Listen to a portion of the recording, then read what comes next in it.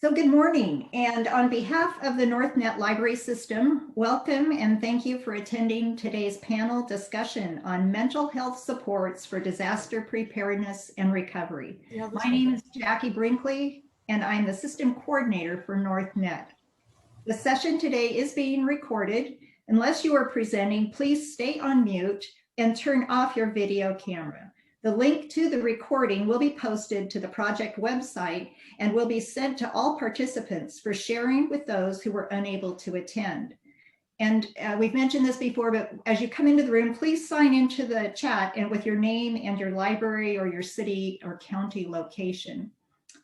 So I want to extend a thank you to our panel facilitators today, Dennis Kreimeier, William Cooley, and Susan Clark. And a special thanks to our panel presenters, Azalea Ebai with the San Diego Public Library, Misty Wright with the Butte County Library, and Rachel Schur with the Alameda County Library. The NorthNet Recovering Together LSTA project developed out of numerous discussions among library directors who had lived experience and expertise to share of their work on the front lines of disaster response. Their stories and lessons learned were important to capture and to be documented for all libraries. More than a checklist of preparedness steps or supplies, our goal was to capture the how and why that a library in every community experiencing a natural or human disaster is or can be a critical hub of recovery for the patrons and the entire community. NorthNet has worked extensively with our consultants and partner Common Knowledge to develop this project. This project is supported in whole or in part by the U.S. Institute of Museum and Library Services under the provision of the Library Services and Technology Act, administered in California by the State Librarian. The Recovering Together project is working to help libraries feel more prepared and ready to respond and recover from disasters, to share NorthNet members' hard-earned lessons from natural disasters, and has now expanded to include real-time learning during COVID-19, and is informed by other libraries around the state. NorthNet launched the Recovering Together project in 2019. Since then, we've created a website, libraryrecovery.org, to share resources. We've led a preparedness cohort of 10 NorthNet libraries, and we've launched a region-wide buddy system. Dennis, who do we have joining us today? Well, today we had over 150 people register. It looks like we have 64 people here today, but they represent everyone across the state. If you look, we have 52 cities and 32 counties statewide have signed up. So if you look at the colored slide, the colored in counties, that's who's here today. And so we're really representing large libraries, small, rural, urban. We've got the whole shebang. So I'm just really excited to be able to share all of this with you today.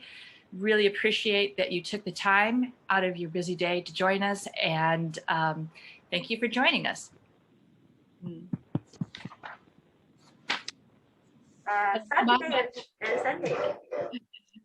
And my name is Susan Clark. I too am with Common Knowledge and have been delighted to have the privilege of walking alongside the NorthNet network in this project. And as Dennis has said, it's actually also been a collaboration with libraries across the state. And the thing about through stressful times, and every library in the state and every individual has had some stress and upheaval this year, is the importance of pausing to restore our own resilience. And what we'd like to do before we get into it is let's each take a moment just now to pause. Take a breath in. And just let that exhale get out. Take another breath in. And release that so that all of you can fully arrive. And ask yourself, how are you doing? We know you're doing fine because you're here, but we're going beyond the fine. So sometimes in our check-ins, we can use a protocol of, are you asking yourself, how are you physically, intellectually, emotionally, socially, or spiritually? Sometimes I just ask people to take a moment and pause. How am I doing in my head, my body, my heart? So just take a moment and touch base with yourself.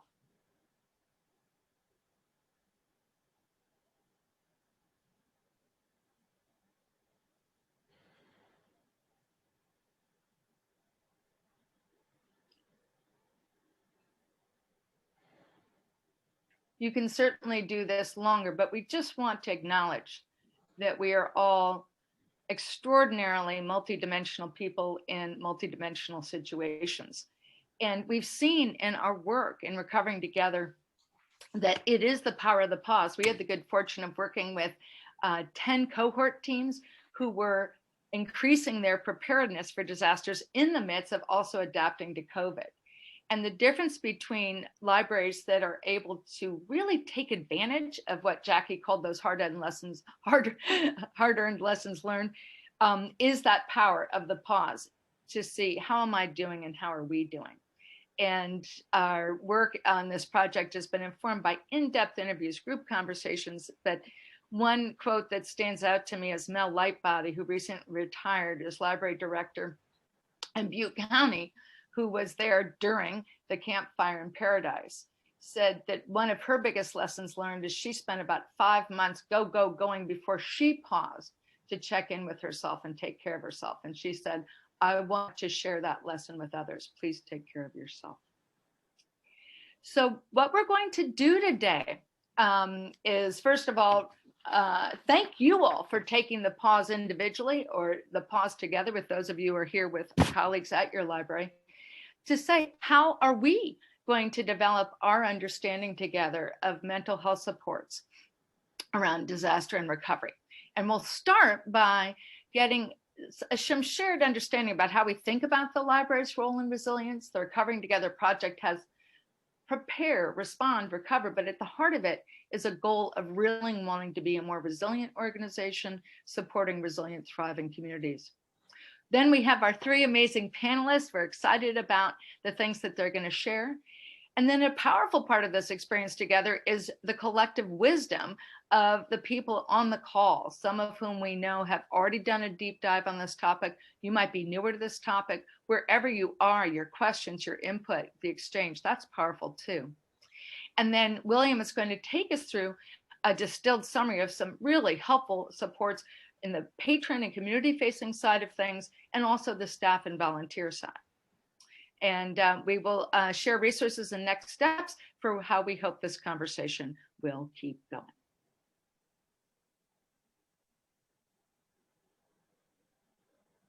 Excellent. Well, to start us off, we wanted to just talk about, of course, what we mean by resilience. For those who have had conversations about resilience in the past or possibly attended trainings, you might be familiar that there are lots of different ways to think about it. In different fields like sociology, psychology, they approach it from different perspectives.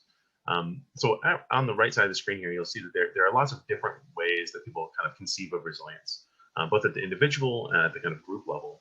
And so today what we're going to be doing is focusing on the individual psychological level, so talking about psychological resilience, and at the organizational level of the library, thinking about organizational resilience. We'll think, of course, about the library's role within the broader community and the way we support everyone. But our focus is going to be on both the role of the individual, so individual people, and organizations to think about how we cope with stress and adversity in challenging situations, such as a disaster. So when we talk about protective factors, we're talking about things that help support healthy coping, things like having a healthy relationship, somebody that you can count on, social connections, whether that's your family or coworkers, concrete support, like what do you actually need to get through your day? The community assets, are you in a community that has access to those things that you need to be successful and to cope? Physical health and safety. Emotional awareness, are you aware that maybe you need to reach out? And then optimism and perseverance, knowing that we can get through this, and a sense of purpose that we're all here together to help move our community forward. So we have protective factors and webs of support, and the protective factors that help support healthy coping, they're our person's biology, their family, your community, your environment, your relationships. All of these work together in a web of connection that help you cope. And maybe in some instances, some are as strong and some are weaker. And like in this diagram right here, we have many, many strands, and then they can catch us when we fall and act as a filter. And if you look at the blue dots, those are our direct connections. And then the yellow dots are, one step aside, or, tertiary, but also can be a part of our web of support. And libraries can also be that protective factor for someone to provide that web of support in the community. So, okay, I'm sorry. Oh, no, thank you, Dennis. Yeah. And what we were just going to say also is that the library has also acted in recent years as a safe haven. It's a safe haven on a daily basis for some parts of our community, some of the patrons that we work with. But during disasters, folks have found, of course, that the library is that source of that physical, emotional, or psychological refuge. The quote we have here from Kathy Brazil in Butte County speaks to the experience after the campfire, where she and many other staff members sort of got to witness firsthand how the library became that source of refuge. And for patrons that just really needed either somewhere to go, didn't know if they could return home, were dealing with that uncertainty or that chaos, the library was that place of peace and comfort. We've also heard from libraries that one of the most important things in the aftermath of a major disaster is we call holding the space for recovery. That means really being attentive to the needs of patrons and thinking about the library's role across these three key domains. So first is providing connection. So creating opportunities for folks to express their grief, to celebrate when there are things to celebrate, to, of course, also say thank you to those who have helped them. Really trying to increase that awareness, that mindfulness as a community of how we can move forward together. Providing support, so engaging patrons through programming and also direct assistance. And providing information. The library plays such an important role in the community as a trusted source of information that folks naturally go to the library for resources and for assistance in times of need. Well, now I'm excited to be able to introduce our panel discussion with three fantastic librarians. And I would like to introduce Azalea Abai, who is the Skyline Hills branch manager for the San Diego Public Library. And Azalea has hosted 2 mental health resource fairs and recently spent the summer supporting Operation Shelter to Home, helping individuals navigate housing resources during the COVID-19 pandemic.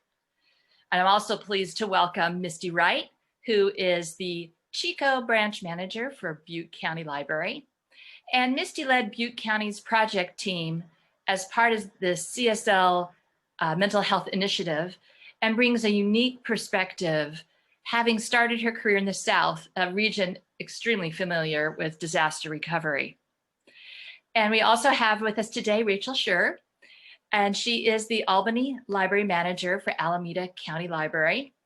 Rachel also participated in the CSL Mental Health Initiative, and as you have heard earlier, has been organizing some great programming during COVID-19. So we want to start off with Misty. So Misty, we want to reflect on what has been learned about resilience in recent years, especially in communities that have experienced challenges over multiple years. Given Butte County's recent experience with evacuations, wildfires, and now COVID-19, what has the library learned about resilience? And what have been the biggest sources of strength and support for the community? Hi, and thank you guys so much for having me. What does the library learn about resilience? I've thought a lot about this, and I've spoken to my colleagues about it as well. And as I was listening to you guys talk in the first couple minutes, another answer popped into my mind, which I want to give, and it's very honest, and I'll expand a little bit. But you know what we've honestly learned about resilience is that it's exhausting. Having gone through the number of, tragedies and disasters that we've been through just in the past 2.5 years, it's exhausting. But at the same time, one of my coworkers said that resilience is a word that we're honestly tired of hearing. It's almost like a trigger here to hear, oh, we're so resilient. You guys are so resilient. It's true. It's all about community coming together, and that's what this community really does. But she said that it's better if they asked how we thrive despite challenges. And I thought, that is kind of a more positive way to look at it. But we just learned that it's just so important for us as a community to come together. And in our community, we have had the dam spillway, the campfire, then there's COVID, then there's bear fire, and it's just one thing right after another. I feel like we can't even catch a break. And so now it's kind of like, well, what are we expecting? But all I know is as a library and community members, our library staff is obviously community members. We've had people that have been affected by the campfire. I mean, we lost an entire community. And it really is just coming together, offering a place of support for our staff, for our community, being that place that you guys were talking about earlier, where they can just come in. We had numerous people in the campfire that just came to the library because that's where they knew to go. That's where they felt comfortable. And that was the first place that they went. I just talked to another colleague and they said, I'll never forget, a mother and daughter came in covered in soot and they just wanted to use the phone. And so that's what, as helpers, as library workers, we know that we're here to serve our community. And what does that mean? And a lot of times, as far as being strength and support, we go out into the community and help. So during the bear fire, we volunteered as county employees, and we were out helping, running supplies to the various organizations, CAL FIRE, the animal shelters, everything. And it's just everybody kind of pressing pause on, their daily stuff and just getting out to the community where they need help. We're really thankful that our sheriff's department was really good about giving us lots of information and just sharing the information. We used our social media to share information about, disaster stuff, emergency stuff. When they tweeted, we retweeted, and it's just really making sure the community has all the information that they need, and just being here as a support for them and listening. Oh, thank you so much. So COVID-19 and recent wildfires also remind us that the impacts of a disaster are not felt equally through a community.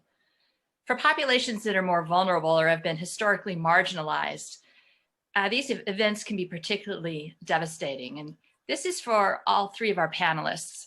When it comes to mental health and resilience, how can libraries help address issues of equity and inclusion? So Azalea, would you like to respond to that? I'll jump right in. Thank you, NorthNet Library System, for hosting this event and inviting me. So libraries can begin addressing equity and inclusion, but in mental health by examining our internal and external processes, and also people's access to mental health resources and information. Something that some libraries might consider offering, especially folks in rural areas who might not be near other nonprofit organizations who can help partner, is offering mental health first aid training. At the San Diego Public Library, thanks to California State Library funding and the work of our supervising librarian, Joe Meisner, and branch managers, Michelle Ruiz and Rachel Esquera, we've had over 200 staff trained in mental health first aid. And so they have the ability to identify, understand, and provide initial help to folks who are experiencing mental health issues, substance use disorders, or a mental health crisis. Another way that we can help marginalized individuals is by examining how libraries respond to mental health crises. I used to work as the sciences librarian at the downtown San Diego Central Library, which was fortunate to have 2 in-house social workers. We got to have these social workers through our partnership with the San Diego County and the nonprofit NAMI San Diego.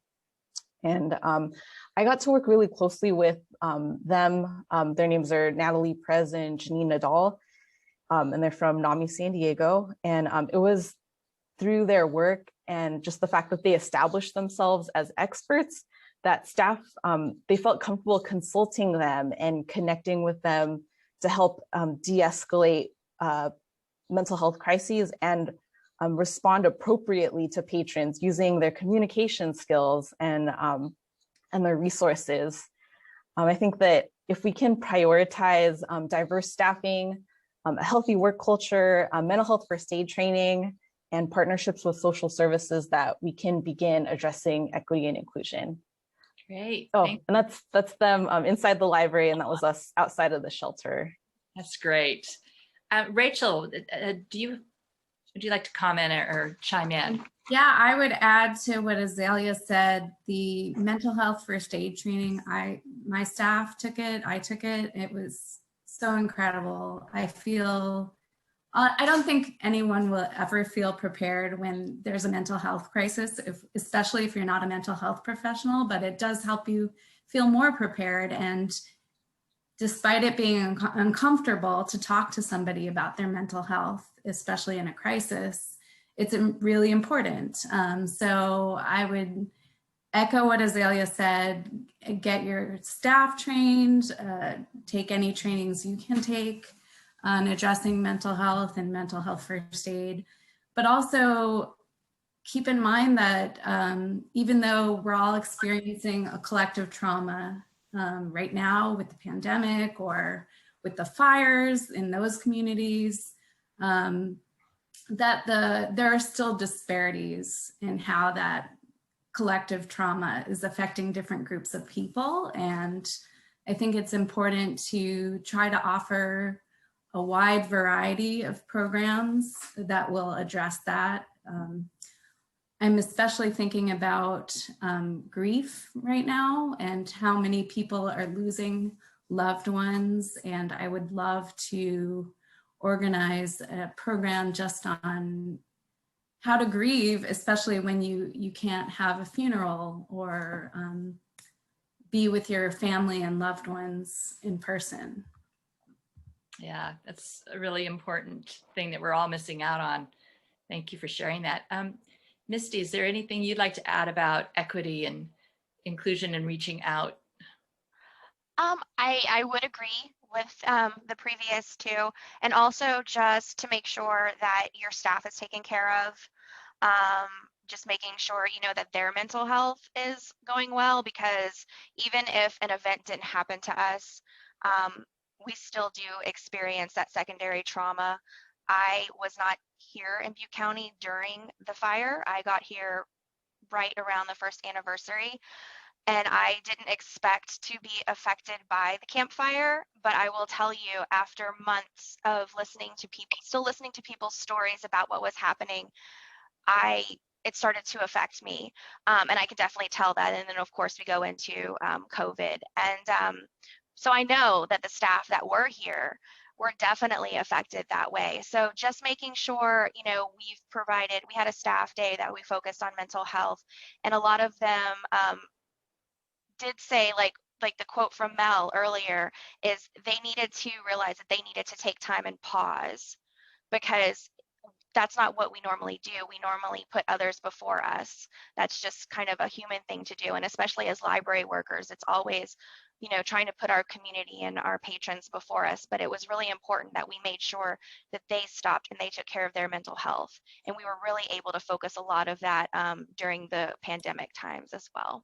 Yeah, thank you for sharing that. I'm going to turn to Azalea now. So you mentioned actually earlier that you spent the summer supporting the Operation Shelter to Home and helped organize those mental health fairs. How did you decide which groups to invite? Oh, sure. San Diego Public Library was able to host two mental health resource fairs in 2018 and 2019, thanks to the California State Library's mental health initiative. In terms of what advice I might give to in hosting a fair yourself, the first step I'd recommend is involving at least one community partner in fair planning from day one.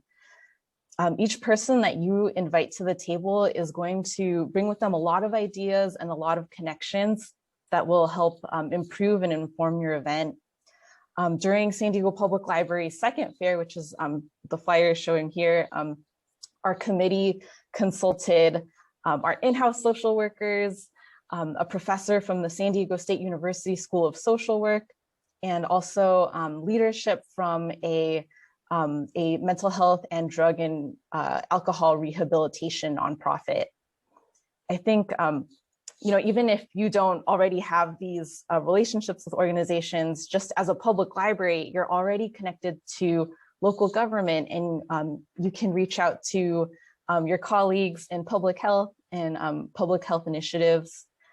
You can also use the fair planning itself as just an opportunity to initiate new relationships with folks that you love to learn from and also work with. I think when we're able to safely host in-person events, I really recommend approaching fair planning conceptually with themes of hope, just because no one's ever alone in experiencing a mental health issue, and also kind of as a literal celebration for folks who are on the path to recovery. I think that we can destigmatize mental health issues by offering free food, music, and entertainment. The fair could also involve tabling, like you see here, pet therapy and art therapy. And just to throw it in there, you could even host an open mic, which could celebrate people's talents.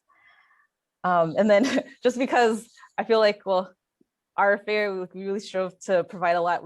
I'd also recommend hosting suicide prevention training and also mental health first aid training, which you can open up to the public and staff. As that said, you don't have to have a million programs going on at the same time. You should really plan an event that makes the most sense for your staffing, your space, and your community. And then as for who you want to invite, it all depends on who you're trying to serve. But just as some suggestions, you might want to consider inviting city and county health departments, health nonprofits, shelters, low-cost drug and alcohol treatment providers, peer support groups, early intervention programs, and veteran service organizations. And then one good way that you could brainstorm different partners is by visiting the website Find Help at www.findhelp.org, which is a database for social care resources. And ultimately, I think there's a lot of ways to go about it. And as long as you're getting input from your community, it's going to be fine. And I highly recommend it. Yeah. Thank you, Azalea. That was great. I really like your statement about focusing on hope. I think that really takes it up another level. So thank you for reminding us to do that. Now I'm going to turn to Rachel. In addition to the summer community counseling sessions that you helped organize, the library is also offering programs with other community partners. Please tell us more about that community counseling session, and what should libraries know about working with mental health professionals such as therapists and psychologists? Okay. Oh, well, we first started before the pandemic. We planned to work with our local senior center, specifically on programs for seniors on site. And that didn't work out. So we needed to recalibrate really quickly. The senior center was just not ready to do the programs. We hope to work with them in the future, but they had a lot of other things to figure out at the start of the pandemic. So a natural partner for us was the Claremont EAP program, because we had asked them to come and give sessions to staff. And I thought a natural extension, since we'd already worked with them and it would be easier to roll out, would be to work with Claremont EAP.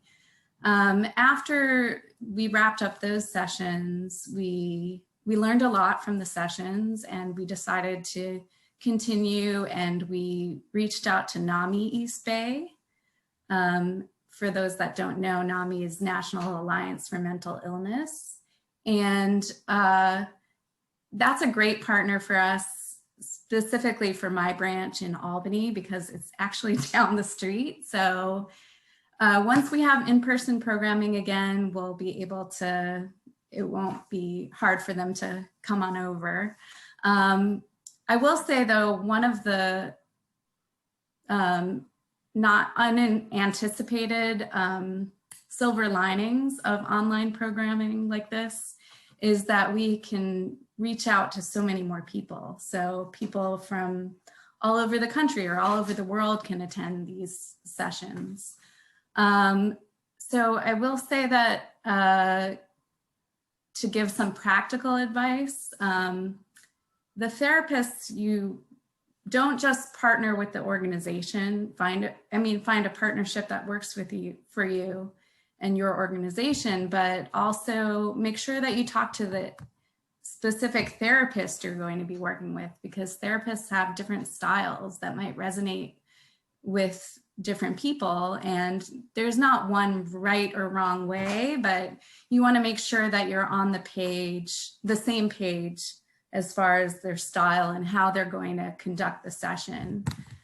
We found that fine-tuning things like the amount of silence we're going to have, and announcing that it's okay to have your cameras off, even though that might make the presenter uncomfortable that people have their cameras off and aren't talking. I think that's important for creating a safe, welcoming space to just say, hey, if you're not comfortable turning on your camera, it's okay. We also learned that starting off like Susan did with some kind of icebreaker or mindfulness activity helps relax people. So, I mean, it's up to the therapist what kind of activity they want to lead, or maybe you could even lead it. I've learned a lot in the different trainings I've taken, I've learned a lot of mindfulness exercises that I can lead with my staff or in programs. So, yeah, just have very detailed discussions. We even talked about the wording of the programs, and we've refined it from, we're no longer calling them support groups. We're calling them conversation groups, because that's less stigmatized language. So it's more welcoming and collaborative. Right. Oh, thank you so much. So many great tips here.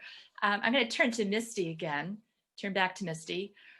We know that when a community experiences a disaster, people need help not only immediately, but you also talk to this, your own experience, but in the aftermath, the months and years that follow. You spoke earlier about that and the things that you've learned. How have the needs of your community changed over time? And how has the library continued to support resilience and recovery or over time? So I don't know really that the needs of the community as far as the library goes have changed so much. Most people want normalcy. That's the number one thing, which I think that the library is there to offer. You know, it's their time when they can come in and get books, and they've expressed that a lot, especially since we're open right now during COVID. They're so happy to get back to the library and browse for their books. That's just all that they wanted. But something that we did see is kind of obviously an increase of coming in for different types of services, using the computers, you know, to fill out their paperwork and things for you know, insurance and whatnot, because obviously they probably don't have a lot of that stuff anymore. So it's an increase in having to assist with those types of things. And this is, you know, continuing to go on even now. We've had various community groups or government groups housed in the library, you know, taking paperwork for people because it is a central location that they're familiar with. Even in Paradise during the campfire, we were lucky that our library was not affected. It was affected in that it was smoke damaged, but it was not affected in the fact that there was any structural damage. So when we were able to open that back up, we did have government agencies in there so that people can go and, you know, turn in their paperwork. And it's also just, it's still listening. I'm still listening. It's, you know, March 2021, and I'm still listening to campfire stories. And, you know, I'm still helping people with their accounts for things that were destroyed in the campfire. I get that call probably once every 2 weeks about somebody who wants, you know, they can't pay their fines because they don't have the items because they were destroyed in the fire. And it's just being understanding of all of that. And just anytime we're, because of COVID, we're actually, you know, we're a rural county, and rural county means, you know, little money. And so what we're doing is we're applying for grants. And we've gotten some grants to help with bringing hotspots to Paradise, so that people that are coming back to the community can come and check out hotspots from the library and be able to get some internet usage up there. We're applying for grants to do sort of like a workforce development program in the library to assist all of the folks who have, you know, during COVID, they've lost their jobs. You know, Butte County experienced a lot of that. And that's what we're doing right now, is just applying for a lot of grants to do a lot of good community service. Great, that's doing what libraries do, serving the community. Thank you, Misty. Now I'm going to have a question for all three of you, about 2 minutes each. And as libraries start to reopen from closures caused by COVID-19, many of us are thinking how we will welcome patrons back and provide mental health supports to those who may be struggling. What actions would you like to see libraries take to support more equitable recovery from COVID-19 and future disasters? So I might be dreaming big, but I would like to see libraries hiring permanent full-time social workers who can help with case management and counseling. I know they're not new, but I've been so lucky to work with social workers who are skilled and who know how to talk to people with dignity and respect, which goes like a really long way. And they know how to navigate the complicated world of social services. And I think before COVID, I got to see our social workers connect like really authentically with people and de-escalate situations and house people. I'd also like to see libraries partnering with organizations that can offer peer-to-peer support groups. But I liked what Rachel called them better. I think that sounds better too. We used to host a peer-to-peer support group called Roadmap to Recovery from San Diego State University. And then, you know, finally, I think that there are small and big things that we can do that also go a long way. Like, you know, as information experts, we can hand out resource lists that promote basic needs to folks and mental health resources. Libraries might also consider offering hygiene kits. You know, if your administration is accepting of that. My previous supervisor, Moni Tong, she organized feminine hygiene kits, and I really, I felt really happy to be able to give this to people because people were so appreciative, and it allowed us to show kindness to people, just I guess literally by handing out this kit. So yeah, I think there are big and small ways that we can help with recovery. Beautiful. I would add oh, sorry. Go ahead, Misty. No, I was just going to call on you. Oh. Oh, sorry. I thought it was Misty that was talking. I would add to that, you know, dream big, but also you have to start somewhere, and it's better to do something than to just wait until. Even if it has to be staff-led self-care programs for other staff, you're changing the culture of your organization, moving towards more awareness and destigmatizing mental health. But yeah, that's what we did. We started with a kind of more narrow focus, and we're starting to cast a wider net to just reach out to as many people as we can, not just partners, but just keep your ears open for people in the community, even other libraries. So what we're doing right now is really important to me on a personal level. I'm learning a lot. And I think this work is so important. We talk about essential services in terms of job recovery and food insecurity and all these other things that libraries do that's so important, but also mental health is really important. So working with other libraries, even just attending other library events, especially now that you can do it virtually. So I've attended some meditation events at other libraries and gotten the names of some meditation leaders that we can invite. And even if a potential partner says that right now they're overwhelmed, I would guess that, you know, some organizations, especially that are addressing the needs of communities of color, are probably more overwhelmed right now and might not be able at this moment to offer support and programming or resource lists. But that doesn't mean that down the road they're not there, or you might be able to offer them help with something. So just sharing their information about what they're doing to the public, because the library is a trusted resource. So cast a wide net, I guess. Misty, would you like to add anything? Yeah, so what I've experienced is that I would like to see libraries come up with an actual, like a plan. You know, what I've learned from being here in COVID and even the fires and previously when I was, you know, in Texas with hurricanes is we don't think that these things are going to happen to us. So there might not be a specific plan for it. Your county might have a disaster plan, but the library itself might not have a disaster plan.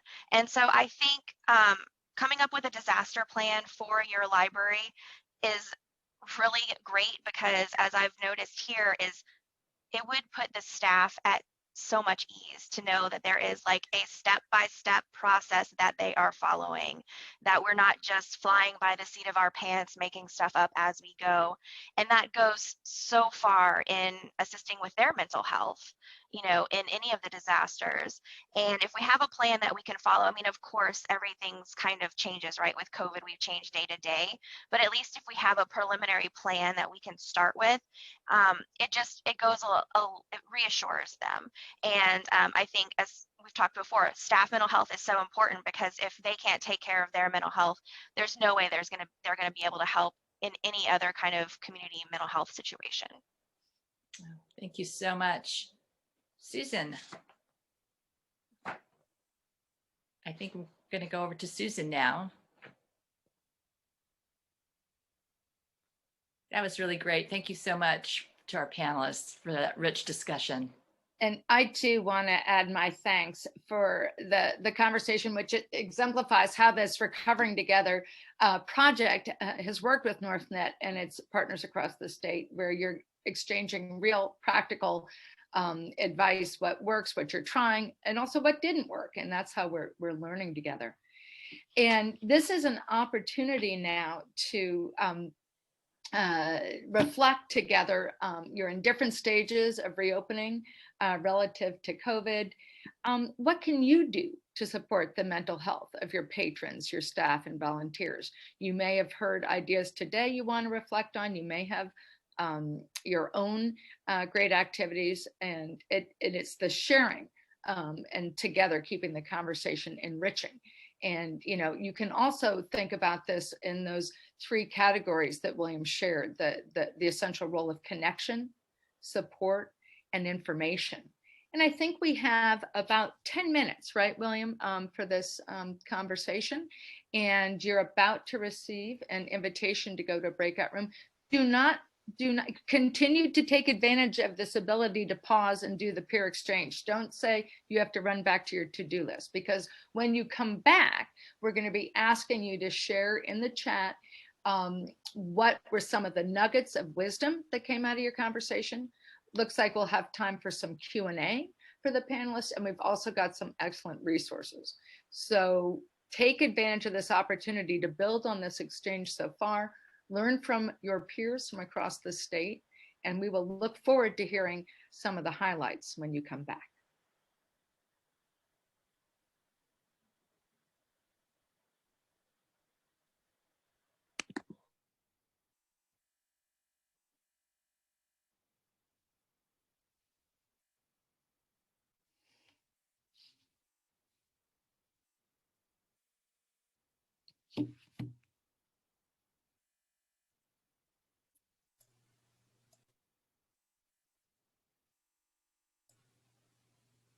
Susan, I got put in a breakout room and I decided not to go. Okay, that's fine. And Jackie's going to pause the recording. Thank you. If you could drop into the chat something that you heard that you think could be shared, whether it's a resource or an insight or a question, because there is a lot of experience on this call and we'd like to hear something that came up, and we'll be capturing and distilling what is shared in the chat today. I'd also like to let everyone know that if you have questions for the panelists, we welcome those at any time. What we'll do is we'll come back and have a chance to ask them some questions. We might go in a slightly different order, which is fine. But just wanted to quickly, let me see if I can go back to our screen share here.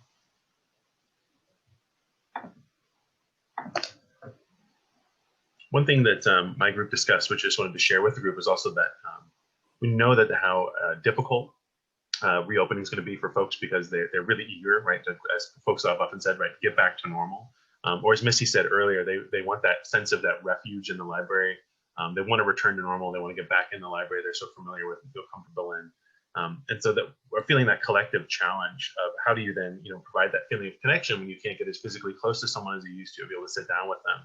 How do you help them feel supported, even if you have to kind of be at a distance, where you're limiting the number of folks who come into the library.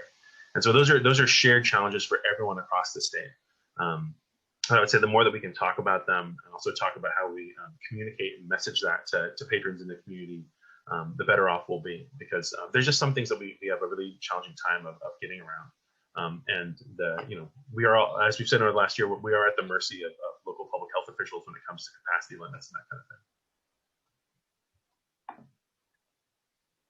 Let's see if I can restart our screen share.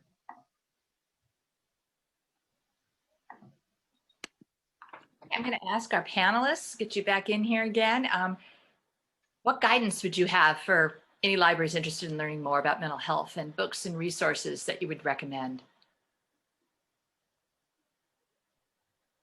I'll talk about one book real quick. I had the opportunity to participate in the California State Library's mental health initiative, Compassion Meets Action, which gave me a chance to read this book called The Deepest Well: Healing the Long-Term Effects of Childhood Adversity by Dr. Nadine Burke-Harris.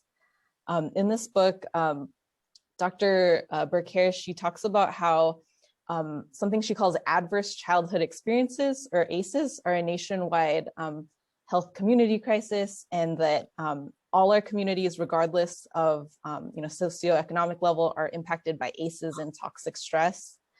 And just reading about this concept, it like, even with all like the compassion training that we get, it made me see people and the world like even more softly. It also gave me hope that we can use information services and programming to help our community heal. I'm just thinking about the ways that we can, I guess, kind of complement or support all the kind of terrible things that people have gone through. I read The Deepest Well as well. And I thought that was it's a heavy book, but it's great. There's a lot of good information in there. And along those lines, any kind of trauma-informed trainings you can take, there's a lot out there. There has been for several years now, specifically for library professionals too. There are a lot of trainings on a trauma-informed approach. I think that has helped me sort of look at library service in a different way. On a lighter note, there's some podcasts that I've been listening to, if you're into podcasts. One is The Hilarious World of Depression, where the host interviews different comedians on depression and other mental health issues.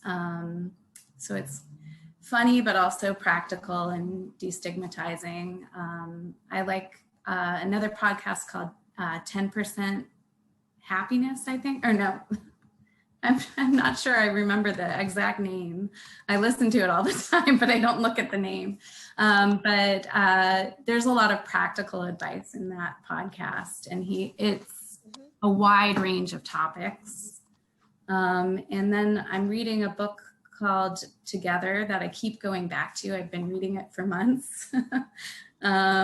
It's by the former Surgeon General, and it's all about loneliness. And it's actually an uplifting book in a lot of ways. So it's not just heavy. I'm reading Wintering, The Power of Rest and Retreat in Difficult Times by Catherine May. It's all about giving ourselves a break. It's also good. Misty, did you have anything you wanted to share?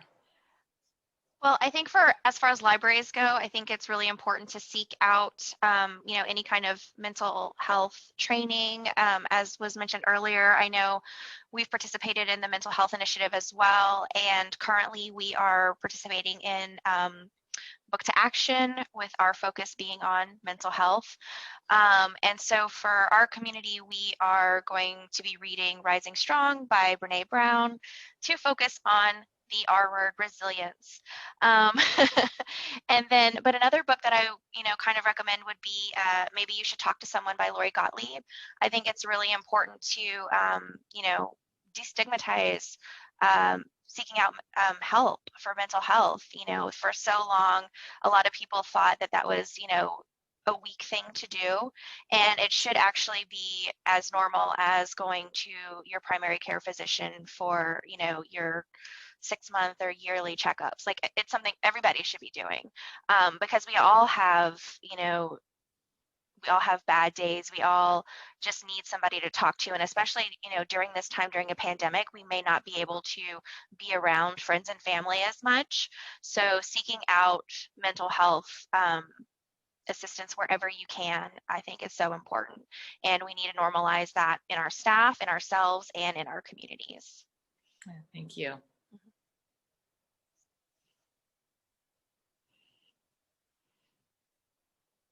So William, I think I'm going to turn it over to you now.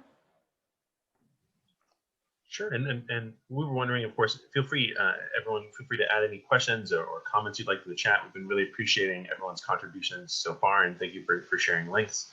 Also, thank you to the panelists for all of your great sharing so far.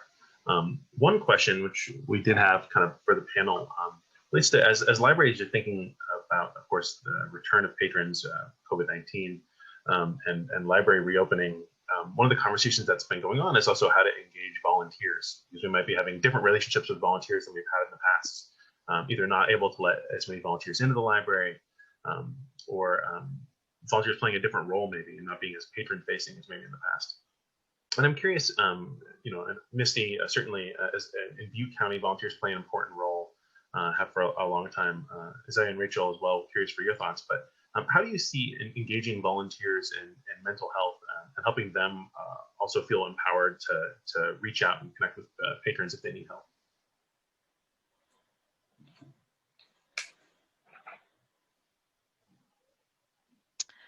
I guess I can go first. So as far as our volunteers are going with re-engaging with them, we don't have nearly as many volunteers as we did before COVID. I think the Chico Library had like 100 volunteers or something crazy like that. But of course, I think more often than not, a lot of library volunteers are older, retired folks. And so since we're back open to the public, they've chosen not to come back to the library yet. I think maybe they're waiting on vaccinations. A lot of our volunteers choose to come when the library is not open. So, that hour or two before we open, and maybe an hour after we open, just depending. And they're not really engaging with patrons. They're just kind of doing things on their own, and that's what they feel comfortable with. At the same time, we also don't want to have a lot of folks in our staff room, so that's another reason why we don't have a lot of volunteers, because it just cuts down on the number of people that we have kind of consistently working around each other. So it's definitely caused us to pull ourselves up by the bootstraps, because there's a lot of things that volunteers were doing that staff is now doing that they were completely not used to. So, you know, it's a lot more work for the staff to do. And so that is also another thing that we've had to work on as far as stress levels with all of this. Azalea or Rachel, anything you would want to add about the role of volunteers in supporting mental health also? That one's a bit of a stumper for me. We've been going back and forth on how to support our volunteers in a way that's comfortable for them. And our volunteers historically have been supporting the library from inside the building, which they can't do right now. I know our manager of teen services has developed a really good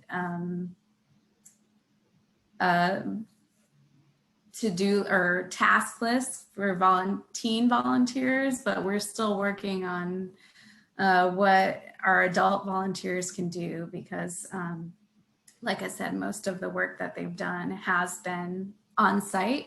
However, I will say that a lot of our programs, not just mental health programs, but a lot of our programs have been from local people in the community that have expertise, that are just happy to volunteer their time right now. Normally, I think they would probably ask for an appearance fee, but right now they're just want to get involved. So we've had a lot of great speakers for free. That's fantastic. We haven't really been able to work with our volunteers during the pandemic. We just got approval for virtual volunteers. But I guess like at any time with anyone sorry, was the question, how can we help them with mental health? Yeah, I think both. So because we've gotten the question before of as volunteers kind of return to the library, you know, how do we make sure we're supporting their mental health? And also how do we engage them as an audience that we know has direct contact and knowledge of the community? Yeah, I guess how can we support their mental health just by, I guess, letting them know that they can draw boundaries with what they do and don't want to do. And I guess I think about this with staff too. If you know, someone if they feel like an opportunity isn't right in their life, like right now, then, you know, it's okay to say no and just to protect themselves. I know we've had really hardworking volunteers, and it's a good reminder for people just to reserve energy. Excellent. And we had one other question from the chat, which might have been just offered to the group as a whole. So we don't necessarily need to get deep into it, but just Mary George from Placer County asked about, you know, the role of library administrators in promoting mental health, and also thinking about mental health days as being just as important, as we said, right, as someone would not hesitate at all to take a sick day for a physical injury, that if they need to attend to a mental health need, that be available to them as well. So Mary, thank you for that contribution. Would anyone on the panel like to share about that, or the role that you'd like to see library administrators play? Yeah, I think Misty talked a lot about sort of the term that I hear a lot is compassion fatigue, and just paying attention to our own mental health. So I think that's a place to start, is encouraging, especially if you have a platform, being a middle manager like me. I have the ear of the leadership more than, I mean, there is a hierarchy in libraries, whether we like it or not. So, I mean, so it's easier for me to schedule a meeting with our leadership to talk about how we can develop a staff self-care program, or a more collaborative effort. So I think a lot of our efforts over the past few months, because we were getting used to virtual programming, have been kind of piecemeal across the system, but now I'm talking to other managers and leadership about how do we bring this all together. So we're talking about forming some kind of work group with people from all over the system. It doesn't have to be library managers, on how we can address mental health in the workplace and what the scope of that group would be, so that it's more normalized and part of our daily practice, just as important as all the other things that we do as library professionals. Fantastic. Well, Rachel, thank you so much. What we're going to do is we're going to take a minute to kind of share a little bit about what we've learned over the last several years just working with libraries within NorthNet. And if we have time at the end, we'll circle back to a couple additional questions that might have come through on the chat.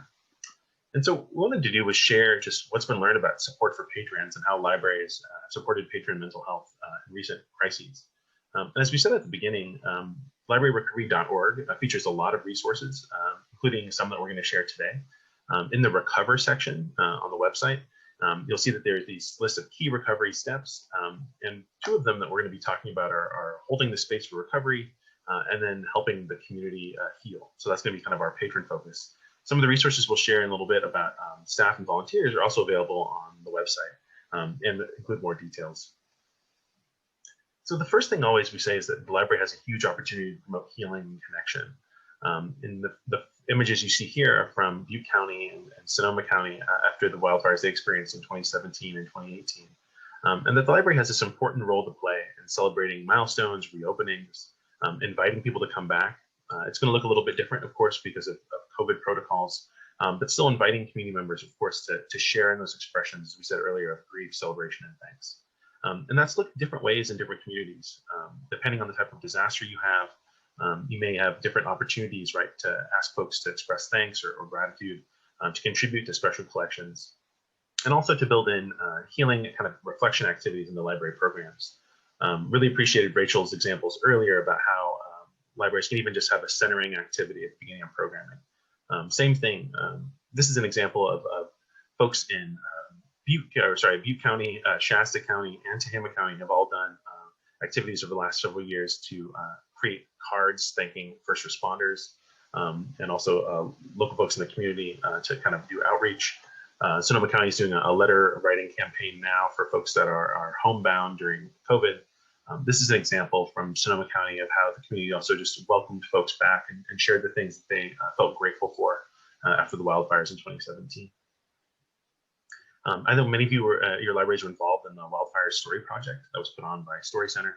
And you're doing different things right now to collect stories around COVID. We've heard from libraries that these are really impactful and meaningful, especially if they can also be supported locally by programming that engages folks in storytelling, family remembrance, family history. Many of your libraries are also involved, of course, in the COVID Diaries project that the State Library is working on, or you have a similar version at your local library. So collecting those stories, collecting photographs, artifacts, creating those special collections. They're things that, of course, are not only meaningful to folks now, but are helpful for remembrance and education in the future. And because the library plays a really important role that way, there are anniversaries you can come back to and ways to invite people back to the library to continue that sharing. And as we said, also libraries are integrating into programming, even if it's in person at a distance right now, following core protocols or online, trying to integrate healing and reflection activities into programming. So encouraging folks, whether it's the literacy program, citizenship classes, story times, to acknowledge, of course, right, the needs of the moment, encourage people to take that time to reflect, share with one another, to talk about how they're doing, as Susan said, beyond the level of just saying fine, and really reminding them that the library is that supporting and welcoming place. The other thing, of course, that libraries do that is really in that resilient space is providing support. So being that source of support and information. This is a photo from San Diego County Library, where they've hosted actually community recovery centers following wildfires of the last 5 years. And the library has a role to play, not only as that place of being that convener where community partners can be, but also, of course, as we said, being that place of refuge. So there are, of course, resources we can point people to, working with community partners, This is the Canal Alliance, a really wonderful community-focused group in San Rafael in Marin County. The libraries in Marin County and San Rafael have often promoted their resources. And one of the things I wanted to point folks to on this call is just that we're thinking about community resources that not only provide, of course, support and assistance, but may also be able to do things that the library can't do. So one question that libraries will often ask as well, how do I connect patrons with money? How do I connect patrons with financial resources? Or how do I help them apply? I know, I think, Azalea, that's something that as a former government services librarian, right, you have a lot of experience with. And so we would also say, try to find folks in your community who are doing that work right now. 211 is a great example. NorthNet is also looking at partnering or exploring a partnership with Listos California, which is a statewide organization with the hope of kind of connecting libraries with preparedness and recovery partners in each of their communities. So Listos has done a lot of really wonderful trainings over the last few years to kind of help community members get prepared with a real focus on equity and diversity. And so we would encourage you to reach out to them and also take a look at the resources in your community. We talked about NAMI earlier. They have helplines available, they have programming, as well as local groups in your community. So just as Rachel pointed to of East Bay NAMI, they likely have a group in your county. And the other community partner we point to is a group called ACEs Connection. Azalea talked about Dr. Burke Harris's book and the role of adverse childhood experiences earlier. ACEs Connection is a statewide group that has local communities throughout the state, and that they're working to address really the needs of children and trying to prevent the long-term effects of adverse childhood experiences. So we can encourage you to reach out to them as a local partner. And then lastly, feature these images from Tehama County because as so many folks have said, as we've returned back to normal, having some things for community members to do as the libraries reopen, even if they're there for a half hour, is there a half-hour long activity they can engage in that helps get their brain engaged? As one person I used to work with put it, healing and recovery happens face-to-face, but it also happens side-by-side. So if we have a chance for folks to be engaging in a task together as a family or as a small group, even if it may seem trivial, someone might say, oh, well, how does a board game relate to mental health? It's just something that takes people's minds off of the moment and gives them something they can work on. And then lastly, the library's role as an information provider is so central to patrons. You see the billboard up here is from Napa, and the billboard they had up in 2017 after the wildfires. Down on the bottom is another photo from San Diego, some of the events they've held in the past. These are all, of course, pre-COVID, so things will look a little bit different this time. But how do we connect people with those service providers? How do we provide mental health resources in the library? And some of the ways that folks have done that is by really making sure that they're providing print and online resources. In Butte County, one of the things that was shared after the fires in 2018 was just that the importance of having print documents. We've really made an effort to go paper-free in a lot of ways, but this is one where we want to be able to hand a patron something that they can take with them. And so that includes guides, flyers, resource lists. A simple example, too, of something many libraries already have is a resource guide or resource list. This one's from San Diego, just showing, again, that basic information around web address, phone number, who people can call, a basic description also of the services that are available. Being able to hand that to a patron may seem like a small thing, but it's a very, very helpful way to start that interaction. Also, I think we have some folks from Riverside joining us. This is something that they've done too to promote mental health resources on social media, reminding folks regularly that there are helplines available, that the library also has resource lists and book guides or book lists that they might be able to come to. This is also an example from Del Norte County. They recently redid their entire website. They're a very, very small library up in the top of the state, but they have also an available mental health resources guide that folks can download, in addition to some of their disaster support guides. That's something, again, you can easily put on the website and remind folks of on a regular basis. This might look familiar to Rachel. This is from Alameda County Library. What they've done is they've also integrated different supports into their different pages on the website. So if folks are on the family page, they'll find resources for parents and family supports all there. So it's all in one place. This also might look familiar to Misty. This is from Butte County. And the library has also a special collection of different books focused on preparedness, focused on recovery, helping folks navigate complex processes like applying for funding through FEMA. So that's another way for us to just lift up the library's role. And Azalea, we were going to come back to you for another question, which was as a government services librarian and having a lot of experience helping folks navigate, also especially now during COVID, we're curious about how you feel, the library's kind of daily efforts to support vulnerable people can help us think about our role during a disaster. And then, of course, curious also if you have any other suggestions for how we can best connect patrons with information and resources. Oh, sure. So, although libraries weren't always open during the pandemic, including mine, many library staff were still working this whole time. And, when San Diego Public Library shut our doors, our staff were quick to offer, like a lot of you, virtual programs, story times, and resources. And I just think it's really important to note that even though I love my beautiful branch, as library workers, our skills and abilities are so much more valuable than the buildings that we're inside. At the library, we had volunteer library staff who drove efforts at the city of San Diego's emergency shelter called Operation Shelter to Home.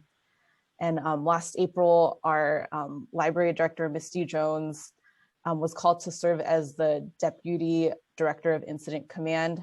And our director plus my colleagues, Jacqueline Angel and Vanessa Gempis, they really led efforts with library staff in terms of building the foundation of what the library would offer at the shelter.